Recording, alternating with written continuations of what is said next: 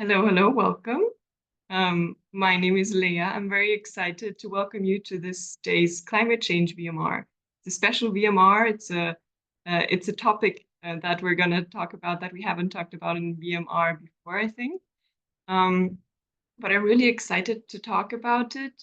It will be a session that is very varied. We'll have some time together in breakout rooms, but then most of the time we'll spend together here in the session. And I just want to make one disclaimer in the beginning. I am not an expert on climate change, but it's a topic that is very dear to my heart and very important. And I think because it's we're talking so much about health and clinical reasoning, and many of us were in the field of medicine, and I think climate change is one of the most pressing threats to health at this point in time. So it is important that we educate ourselves on it. And there's so much to learn, and sometimes it can feel kind of overwhelming. So I hope that with this session, I can give a short introduction and summary. We won't go into too much depth, but we'll touch on important subjects. And I hope with this session to start a conversation and help us to think about it and see the options, because when we have the knowledge, we see opportunities in our everyday lives. So I'm really excited to have this session with you guys today. And I will share my screen to start off. And as I said, we'll have several parts of the CMR. We're going to start off by a short introduction and then session in breakout rooms. Then we'll discuss the cases that we discussed in the breakout rooms together and get some information along the way about the topic of climate change. And then in the end, we'll have a story about the future where I want to invite all of you to come along with me. So I'll go ahead and share my screen so you can see the cases that we will be tackling, because it is still a VMR. All right. I hope. Can you see my screen? Audio is working. So the topic for today is climate change and how climate changes health. And we're going to talk about 4 different patients today. So the first patient is a 75-year-old female who presents with confusion, a rectal temperature of 40 degrees Celsius. And the patient lives in a small town in Brazil in a top floor apartment without air conditioning. There's a list of medications she's taking, and it's quite hot at the moment where she's at. Her heart rate, she's in the emergency department, is 125 beats per minute. The blood pressure is 98/72. Her respiratory rate 28. SpO2 is 90 with 3 liters of nasal cannula.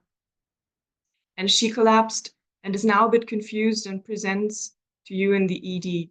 So this is the first patient that you will be taking care of. The second patient is actually a story from a bit longer ago. It was in summer of last year in northern Italy. It's a 36-year-old woman with acute onset of headache, myalgia, fever, and vomiting. And her 7-year-old son had the same symptoms and a maculopapular rash as well. The labs showed thrombo and leukopenia. LFTs were elevated, but CRP was normal. Hepatitis, HIV, CMV, EBV were all negative, and there was no travel history for this patient. I continue with patient number 3. This happened in June 2019 in Iran. It's a 28-year-old male with the past medical history of HIV who presents with persistent watery diarrhea. There's no travel history. And an important information for you to consider is that there was a flood that happened from March till April in the same year. And finally, we come to our last and youngest patient. It's an 8-year-old boy, or no, girl, with cough. And since 5 months, she has this cough. And her past medical history shows atopic dermatitis, and she presents with acute dyspnea and wheezing on exam. She, it should say, lives in Boston, close to a major road. Now, these are our 4 patients, And this is where we're going to do our breakout session for today. We'll have a few minutes to discuss these 4 patients. We'll divide it up and answer the following questions. So each of you will just focus on one of these patients. And we're going to ask the question, what could this patient be dealing with? So kind of our clinical reasoning hats we have to put on. What is the DDX? What is the most likely diagnosis based on this history? And how might climate change impact health in this case? So what is the connection to climate change? Or maybe for the last case, we can also add pollution as another factor. So now I hope it's clear for everyone. Maybe you could take a screenshot or picture so that you will remember, because we will do groups and each group will discuss one of the cases. So I will now try to make the breakout rooms, and I ask you for a bit of patience because this is the first time I do this. Breakout sessions.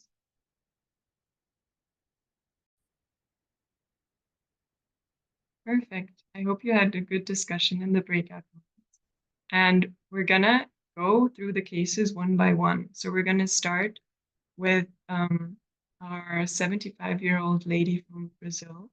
And I'm gonna ask people from groups 1 and 2, maybe if you want to share your thoughts.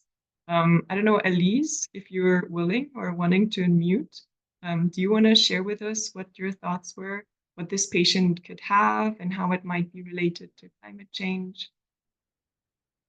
Yeah, sure. If not, So we were definitely concerned that she might be having like a heat stroke, heat exhaustion type of picture. And we were also kind of concerned about the polypharmacy going on, that some of these meds could be exacerbating certain things, and kind of how we thought this is probably tying into climate change is just that it's continuing to get hotter. I'm actually in Houston, and we definitely felt it last summer that it's continuing to get hotter and hotter. And also that kind of compounds with some of our social determinants of health that are already at play, where people that are older, like we talked about, are less likely to be able to temperature regulate. And also people in lower income communities are more likely to be affected by the rolling blackouts that happen in Houston over the summer when we kind of get to our hottest days. But yeah, it was a really interesting case, very cool one for Houston. well, that's amazing, Elise. You touched on so many aspects of this and heat-related illness, and then also what kind of patient population are we talking about and vulnerabilities. So great thoughts there. Maybe from group number 2, Mega. I hope I pronounced Mega Sritar. I hope I pronounced it right. Are you wanting to Yeah, yeah, unmute or? sure. I think we definitely had similar thoughts. Another differential that we thought of was maybe it could be sepsis, just lower down on the differential, and definitely agree with everything that Elise said about how she belonged to one of the vulnerable populations, and she lives in possibly one of the overpopulated places, and she had poor living conditions possibly. So yeah, those were our thoughts. If the rest of the team wants to add something else. Amazing thoughts. Yeah. Also great thoughts, and you added another differential. Sepsis is also important to consider here in this patient. And you were all correct. This was a case of heat-related illness. So heat-related illness is actually a spectrum of different degrees of, I guess, severity, you could say. There's the heat stroke that you guys mentioned. There's heat exhaustion, syncope, edema, rash. They're all on this, described on this spectrum. And actually what separates the two, or also if you follow the flow chart, is that heat stroke is, it involves altered mental status or neurologic component as well, whereas that's usually not present in the others. But you were exactly correct. This patient had the classical 3 points of heat stroke, which is hyperthermia, neurologic abnormalities with the confusion, and an exposure history. So this could be because of the heat from the outside or with effort. And the therapy would be rapid cooling, rehydration, and management of potential end organ damage. And as you guys also touched on a bit, what can we do? Who are the people at risk? What can we do to counsel them and give them, make sure to prevent these kinds of things? I will deliberately not go into too much detail because there's so much to uncover about how to manage these patients and the different stages of diseases. But I will just give a few numbers because that can sometimes help, and just a bit of the context to climate change. We've all heard the term global greenhouse gas emissions and how that is partially it's natural and a big part also, especially now post-industrial times, is also coming from us, and this is all contributing to temperature rise. And this temperature rise in the past years, as you, Elise, also alluded to, we can feel that it's getting more extreme. It's getting more extreme with droughts, with floods, and the severity and duration of these extreme weathers is also more feelable for us. And the past 7 years have actually been the hottest on record. And in the past 20 years, 54% increase in there was a 54% increase in heat-related mortality amongst elderly people, and 1/3 of all global warm season heat-related deaths are attributable to climate change. So there's quite a big number also of people that are affected. And of course, we're not at the same risk. It depends on where we live, what our background is, what comorbidities we have. People at extremes of age are always more susceptible. That is a point to consider. And there's so much to be said about the management, and just for us to know, for example, antipyretics, maybe that would be a reflex for us with a patient who has a high temperature, but actually in this case, we would have to think critically about it because it's ineffective in heat stroke, because it's a hyperthermia, and it could actually aggravate symptoms and organ damage for the patients. And then another aspect to consider for us as healthcare providers is that, and this is actually also recommended by the guidelines, is that heat vulnerable patients. So first we have to know who are these patients, and then tell them and alert them and their caregivers also in order to be able to prevent morbidity and mortality. And then also, I loved, Elise, that you in your group also discussed it, certain medications, they can also compromise thermoregulations, because if we think about how do we as people or as humans thermoregulate, one is our behavior. We might seek older spaces or not do so much exertional effort. And then also the medications that we take can influence our autonomic thermoregulation. So for example, this patient was taking also an antipsychotic, and this can impact the way our hypothalamus does thermoregulation, which I didn't know before, which I found very interesting. And then maybe diuretics, this is more intuitive for us, risk of hypovolemia, or medications that prevent vasodilation, that can also impact. And I will just give you this for this paper where I got the information from. It goes into detail about management, and this is more the expert paper on this that I can highly recommend to read through on the management of these patients. So that was case number 1. We're going to continue with our patient from Northern Italy. And here I want to ask from room number 3, maybe Samuel, are you able to mute and share what your group discussed?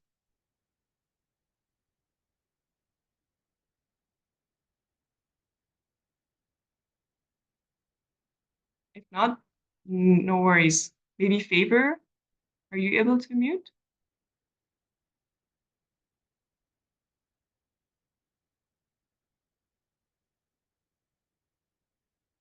Or anybody else who was in that group?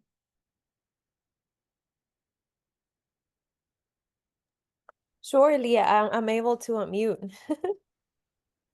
So in the group, we were given a very comprehensive differential diagnosis of what is going on. It ended up pointing a little bit more towards infectious etiology, just because we have 2 patients with the same symptoms. That's what we would have expected more. I also believe that when you have a rash and you have leukopenia and LFTs, I tend to think about arboviral infections on the top of my differential, and that includes all the arboviral infection either transmitted by ticks or by mosquitoes. It isn't all a gap knowledge for me, like what is the epidemiology of Italy regarding those, but I am sure that if we're talking about climate change, maybe, these ticks or mosquitoes are able to go and spread a little bit more to other areas where you wouldn't find them regularly. And that's why maybe we're finding patients with these diseases where we wouldn't expect. Yeah, so that's in summary what we talked about in our group. Amazing. Great points. Before I comment on that, I'll ask room 4, maybe Caleb, are you able to unmute and want to share? Sorry, Elena. Sorry, Leah, did you mention me? We were also in the group, so you can go ahead if you want. Oh, sorry. I didn't hear well. We were talking with Elena, as well as I think Imran was their name. I didn't get to Imran, sorry.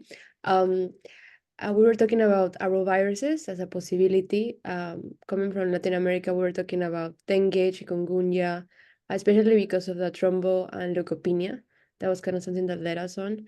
And also, Elena mentioned the possibility of diseases that are more common in children, like measles and rubella. So we were interested in about the vaccination status of this person, and yeah, I think it's very here in Peru. We talk about a lot about altitude because the mosquito that transmits dengue and chikungunya and other diseases only lives in a certain altitude because of the temperature. So I think it relates to climate change, that the fact that even in higher altitudes you're gonna have a lower temperature, so the mosquito could go to other places that you wouldn't expect it to go before. Yeah, amazing, great point. And I'm so glad also we have people from all over the world who know different illness scripts better than maybe people who live in northern Italy, where dengue virus is usually not something we would first think of. But this was actually true. There were cases, and there was a case report also in summer 2023 of a dengue virus infection in northern Italy. And that you were correct also with your suspicion. And here is just a list of different climate-sensitive vector-borne diseases. So we have malaria, dengue, more arbovirus infections, and things I have not heard about before and are hard to pronounce. But there's the main takeaway point is here there are many vector-borne diseases that are affected also by climate change. And as you said very correctly, the local climate impacts how these vector-borne diseases work. What are parts or components of these systems? We have the pathogen, we have the vector, and the host. And all of this is impacted if our climate changes, because it might bring different components together. Maybe dengue was not in northern Italy before because of the temperature, but now hosts in northern Italy are also affected by it. And there's also the aspect of a longer transmission season. So there can be more infection and more transmission because the season where it's possible is longer. And then also that changes disease rates and travel histories. And I think one of the main takeaway points for me was to educate and be able and be flexible with one, illness script for where things are, and then two, to learn about new illnesses that usually are not in my surrounding area or in my region, but might soon be or are already because of climate change. So very well discussed. And then again, this will be an aspect all throughout today, or is an aspect, because it's an equity issue, climate change and health as well. So persons living in less developed countries, they bear the greatest burden of most vector-borne diseases, and then will be most affected as well. So with every aspect, it's always an equity issue too. All right, perfect. We're ready for case number 3. And now I'm going to continue. Maybe Umaima, you were in room number 5. Are you able to unmute?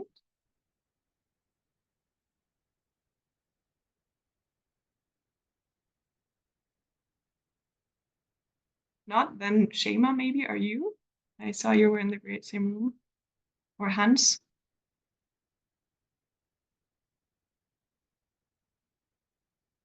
I'm probably more a learner than somebody who can tell something substantial.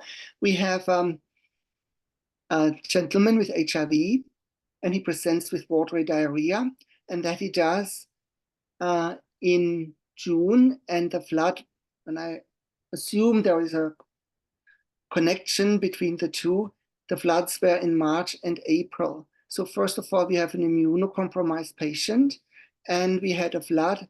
And during a flood, I expect that we have numerous infectious diseases that are spreading. And I think one of the major ones are cholera, but the incubation period for cholera is probably much shorter than, in this case, 2 months.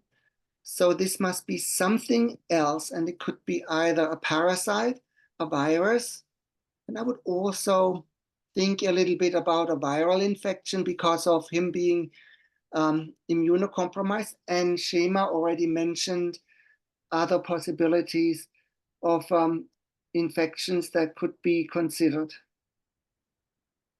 So it is possibly an infection from the floods, but it could also be an infection from his disease itself and unrelated to the flooding, which of course, looking at this topic, I'm less so to believe. Yeah, that would be my point where I am right now. And I'm a learner from the others. Oh, those are great points. I in room number 6, you were in room 6 too. Did you discuss on how it might be related to climate change, and if there's anything else you want to add? Yes, Sarah had actually a great idea. Yeah, so like flood, we are thinking about, it's easier to transport like diarrhea pathogen, right? It's contaminating drinking water, and if there's a lot of rainfall, flood, it's easier to spread, pathogens. So we are thinking about, since that patient was having HIV, so easier to have a like parasite pathogen like Cryptosporidium, Giardia, Entamoeba, like those kind. And as Hans mentioned, there'll be like norovirus, rotavirus. Since HIV patient is having less immune, it's easier to get all those like other Shigella, Salmonella, E. coli, or Campylobacter, like all those Yersinia, or so yeah. And it's hard to control how having a lot of dehydration. So that was our thought. Oh, I love this. You like the groups complement each other really well with also the information. So thank you, all of you, for sharing what you discussed.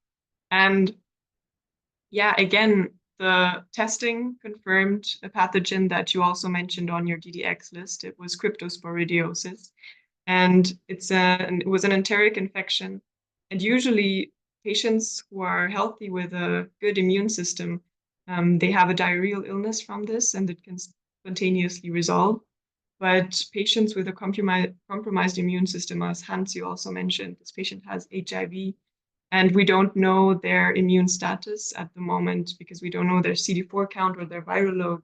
So we must assume that this is a severely at-risk patient for a severe course of the disease and can lead to a chronic infection with much more morbidity. And again, how does this connect to climate change? The warming that we talked about already, it disturbs the hydrologic cycle, so the water cycle.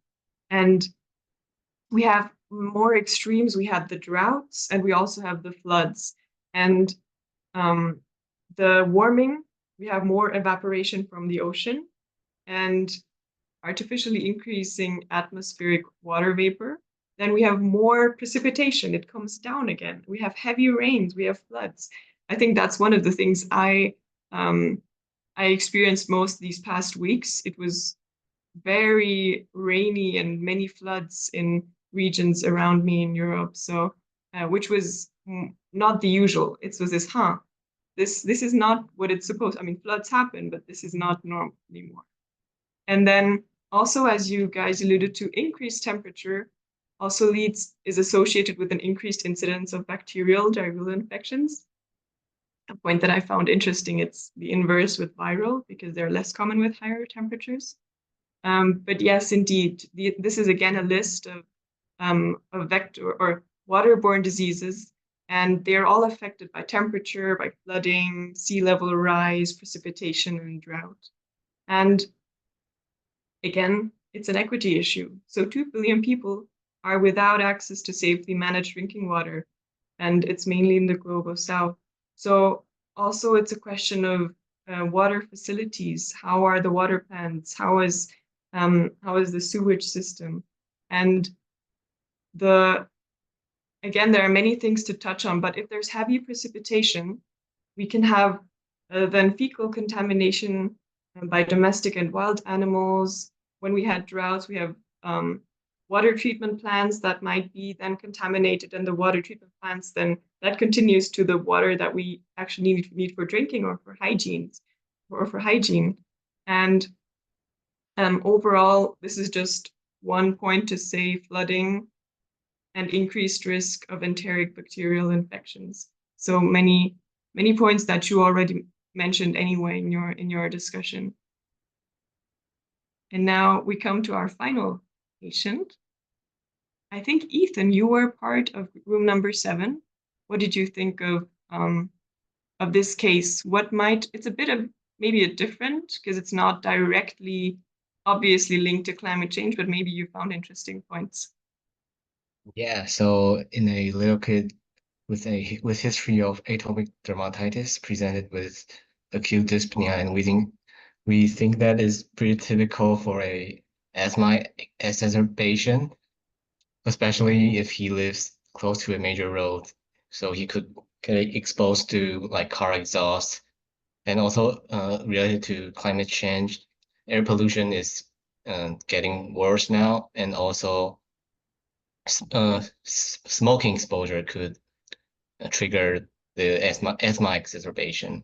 And other things include like a RSV infection causing acute bronchiolitis, or other kinds of respiratory infections like a croup or a other tracheitis or something like that. Yeah. So also in a young kid, we're thinking about like foreign body aspiration, but probably not related to climate change. Yeah, so that's our thoughts. Amazing. Yeah, many important points mentioned. And yeah, I think we have here more you mentioned the proximity to a major road. Maybe there's this aspect of pollution that is there. And you were correct, absolutely correct about the diagnosis. We had an asthma exacerbation of this young child. And I will touch a bit on pollution and respiratory disease. And here's just one thing that we will need to understand the next phrase, which is what is PM 2.5? So basically, that's just the abbreviation for particular particulate matter that is less than 2.5 micrometers in diameter. And these, with the smaller, the more it can get into all parts of our respiratory system. And this is just a study that I found where they actually followed children that lived in the Boston area. And they found that, by the way, all the sources, if you want to read them up, I always try to put them down on the slides. And they found that long-term exposure to pollution at relatively low levels in the United States increased a child's risk of asthma. And even just low levels. And I was thinking there's so many other parts in the world where we're talking about much higher levels as well. So this was quite significant for me that even relatively low levels, and you would of course have to look at the numbers, but there's already a risk for children developing asthma. And the proximity to roadway and exposure to black carbon, they were all associated with early childhood asthma and reactive airways. And what I didn't know before was that also children's respiratory systems are more susceptible to pollution related to respiratory disease than adults. And experiencing this pollution at an early age increases the risk of also later developing asthma. So not just developing asthma, early asthma as a child, but also then for later developing asthma and COPD for the rest of their lives. And this is maybe just to kind of get an idea what the pathophysiology might be. But if you have these small particulate matter in your respiratory system, this locally irritates, causes stress, inflammation, and then again messes up the epithelial barrier and then makes or sensitizes the lung to allergic antigens. So air pollution affects chronic airway diseases. And I think one important takeaway from this case is that all the climate change or pollution risks with health, it's also an economic issue because we will have people who are on sick leave, people who can't, who can't work, need more medication. So it's a very, very broad topic and affects all sorts of chronic airway diseases. So not just asthma and COPD, but you can also think of allergic rhinitis or lung cancer. And we have more exacerbations. So we have that for pollution, but then also when we think about heat, there are so many heat-sensitive diseases. One disease that we might have heard of, ischemic heart disease. So I think even the most common things we deal with every day, they're heat-sensitive diseases. So we have to bear that in mind. It's specific heat-related illness, yes, but then also exacerbations of the diseases that we deal with on an everyday basis anyway. And then again, vulnerable groups for developing respiratory diseases from pollution are children, older people, people who already have a chronic respiratory disease. And where does this air pollution come from? Here's just a list that you can look at. Yeah, maybe the more obvious: energy production, agriculture, industrial activities.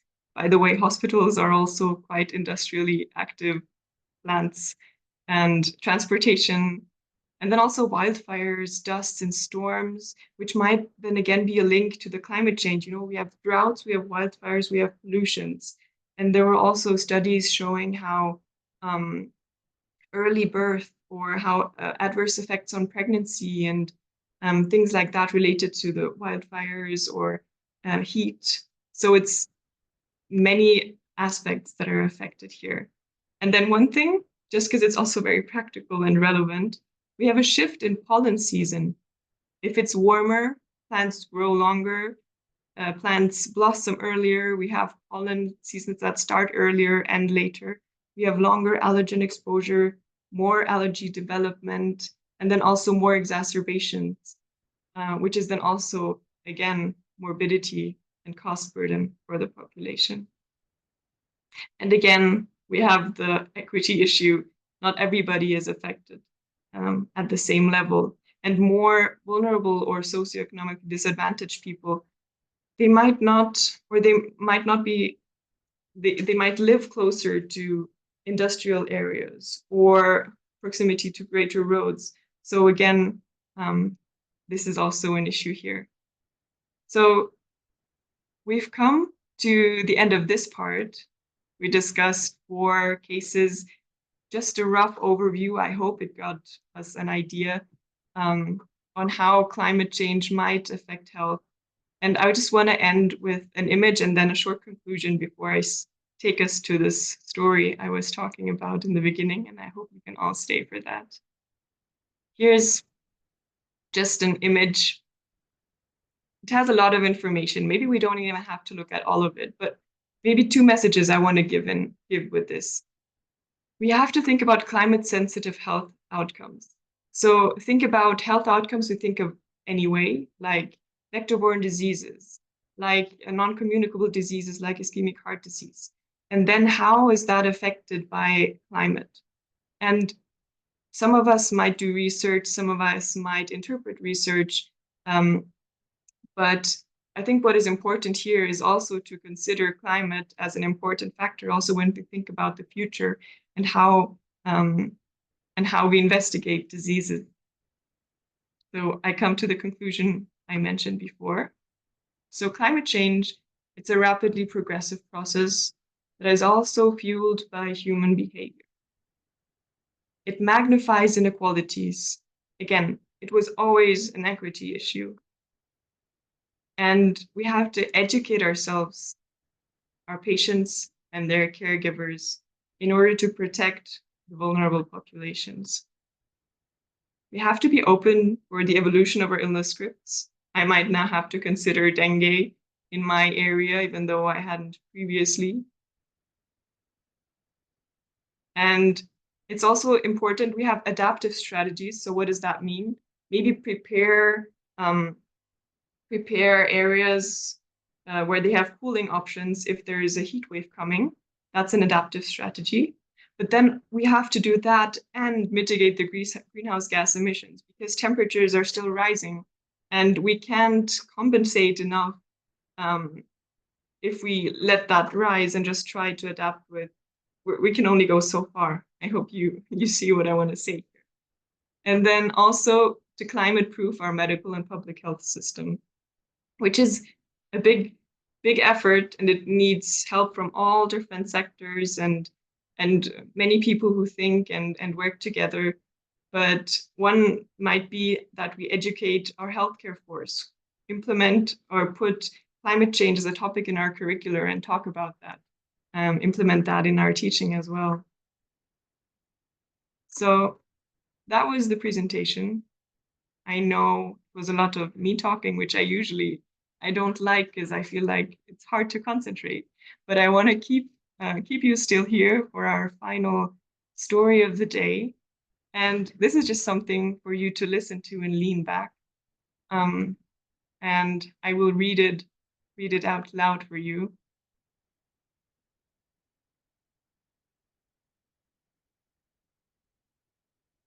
So yeah, I won't look at the screen. So if there's anything, please unmute and let me know because I'm looking at my notes on the side.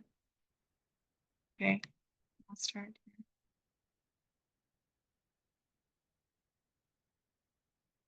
I look up from my notes. In front of me, there's a young woman, Mrs. Green, seeing me for a follow-up visit.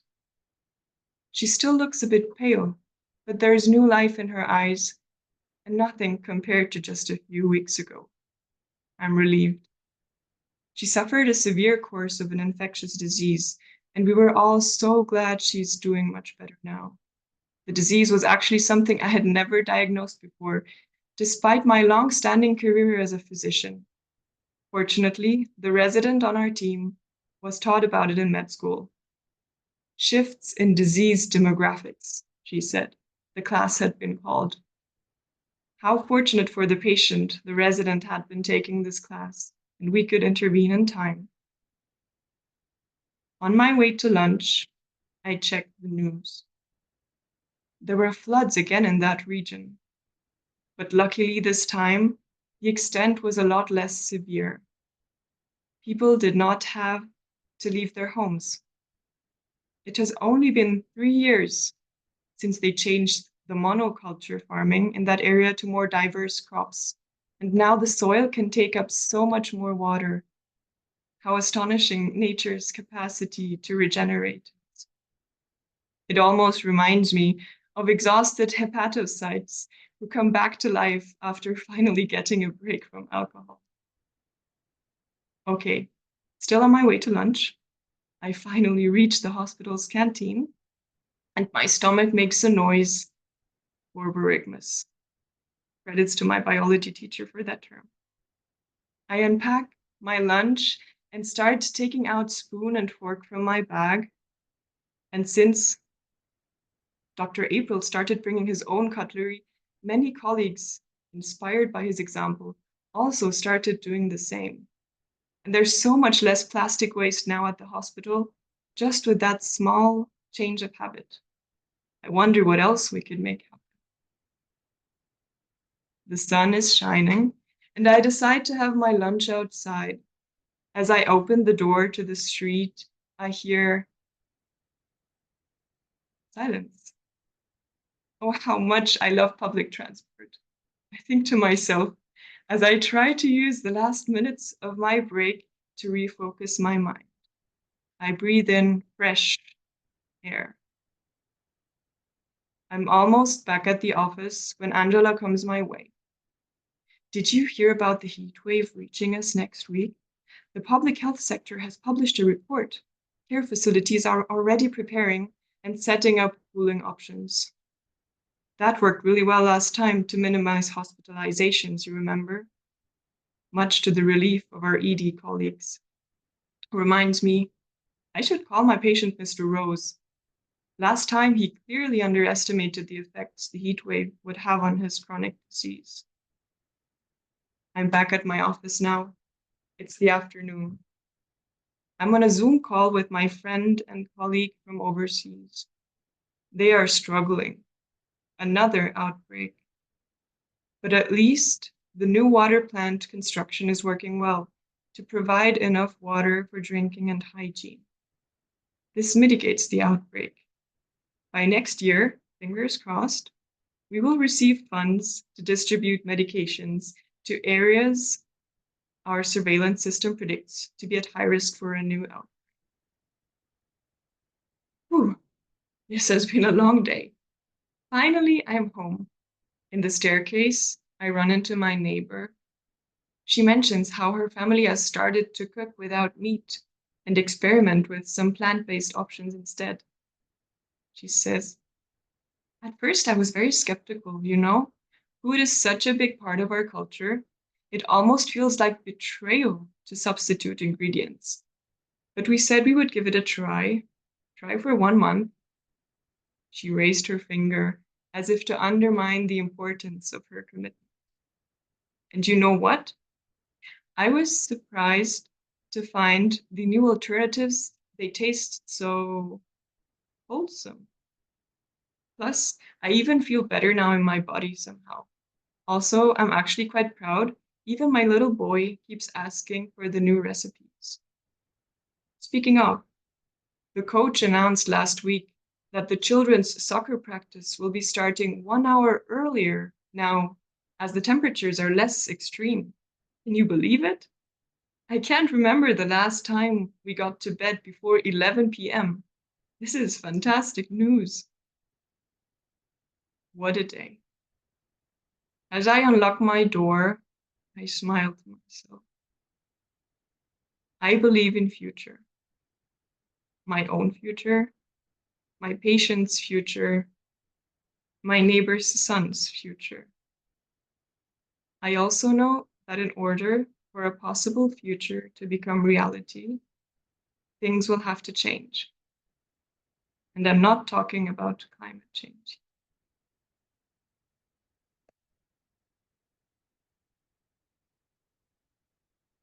Thank you, guys. This is the end of our session today. Unfortunately, I was not able to multitask and follow everything in the chat, but I'm really happy that so many of you guys joined, and I hope that you could be inspired, see how the severity of this topic, but then also get some hope. And yeah, go forward in this issue. All right. Thank you, guys. I think we can end the session here. Have a nice day.